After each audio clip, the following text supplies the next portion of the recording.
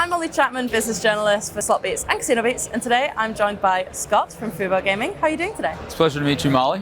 I'm doing very well, thank you. So my first question for you today is, could you just tell us a little bit about who you are and what it is that you do? Sure. I'm Scott Butera. I'm president of Fubo Gaming.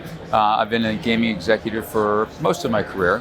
I originally started in banking, and then I ran casino businesses for a while. I got involved in sports for a little bit, and then got involved in interactive gaming, and recently became president of Fubo Gaming, which is part of Fubo TV.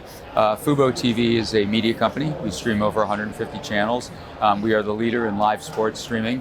How can North American sports betting deliver the best experience and ultimately remain competitive for the future? Well, that's a good question. North American sports betting is legal, recently, but it's been around for quite some time. So people have been betting on sports really since the turn of the century, and even before that. So it's always been quite popular. But what's a little different about North American sports versus Europe and other areas is that it's really kind of an entertainment experience as well. So as in other parts of the world, people are sort of betting, and the betting itself is the entertainment. Really, it's how do you incorporate wagering into sporting events, whether they be live or streamed, or venues where people enjoy sport, to create kind of a holistic experience. So I always think about the sports betting business as one that's kind of a thin margin, tough business. It's not like a slot machine or a table game where the house always wins. There are times when the house can lose. So really, it's a tool to stimulate an interactive sporting experience. So people go to a game, they like to watch it, they like to bet on it,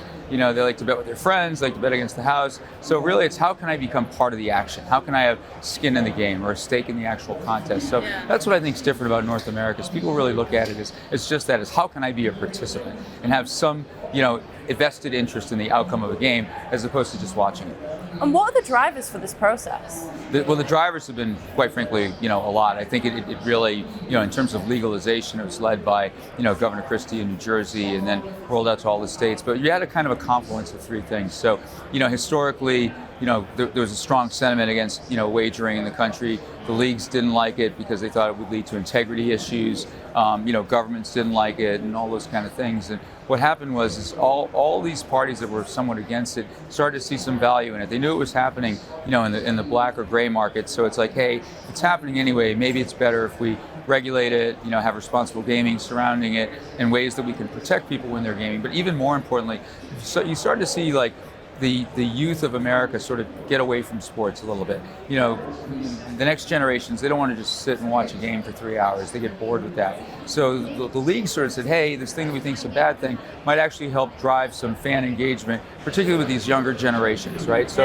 they all of a sudden warmed up to it. Governments who always want money, that's actually how sports betting has always taken place in the United States, or lotteries and things of that nature. We used to have the Wild West because we didn't have police force, because we didn't have money to pay for police force, and then we started to create lotteries and sports betting, and we started collecting money for those things. So you had states that wanted money, you had leagues that wanted fan engagement, and you had a community that said, hey, if it's out there anyway, we might as well regulate it and see if we can do it right. So from your point of view, what might a sportsbook from the future look like? It's really where the technology takes us. I was talking about this earlier today. Now we have, in the old days, you go to a window and bet. Now you bet on your phone. Now you can watch a game and bet on a game on your phone.